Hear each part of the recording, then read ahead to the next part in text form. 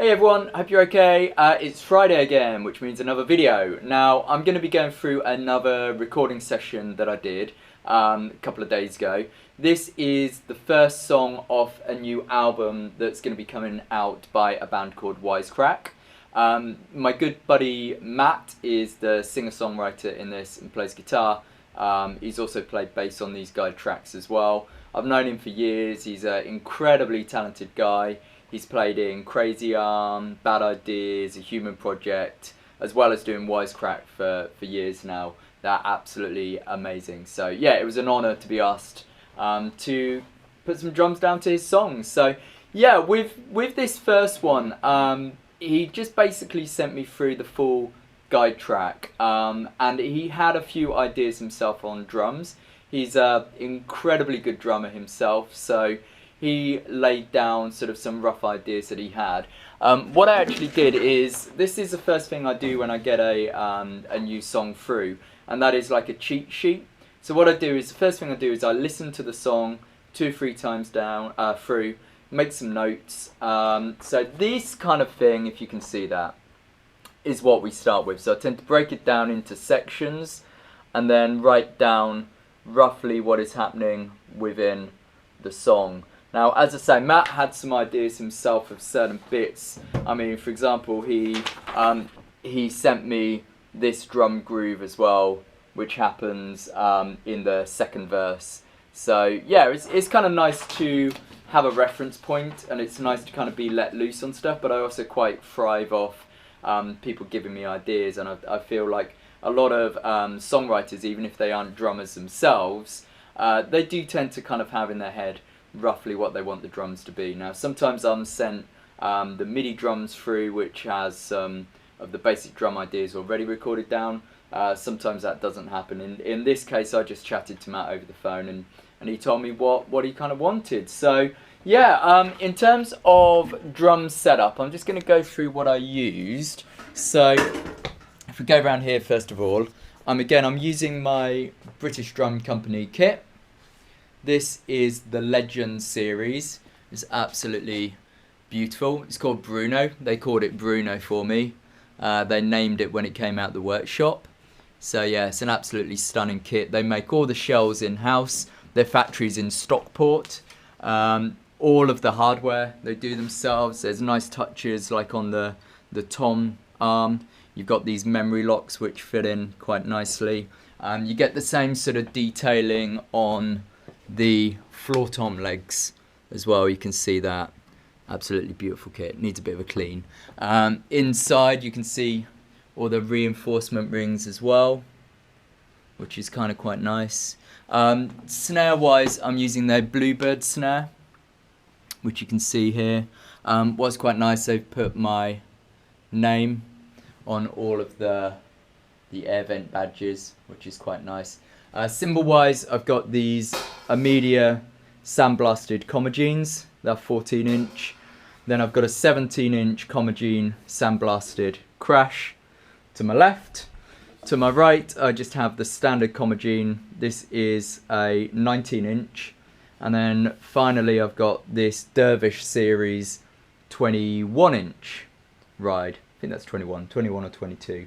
Head-wise, I use all Remos, so I'm a Remo player as well. I use the Emperor Coated for my snare, and then I have the Emperor Clears for my toms. Stick-wise, something also important to talk about, I'm with a company called Balbex, who are absolutely brilliant. These sticks, they last like anything. They're incredible.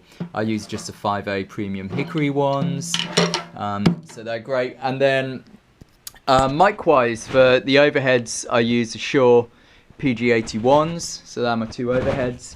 I've got an SM57 on my snare, and then I have 56s, PG56 on my toms, a PG52 on my kick drum, and I have a room mic as well buried down there.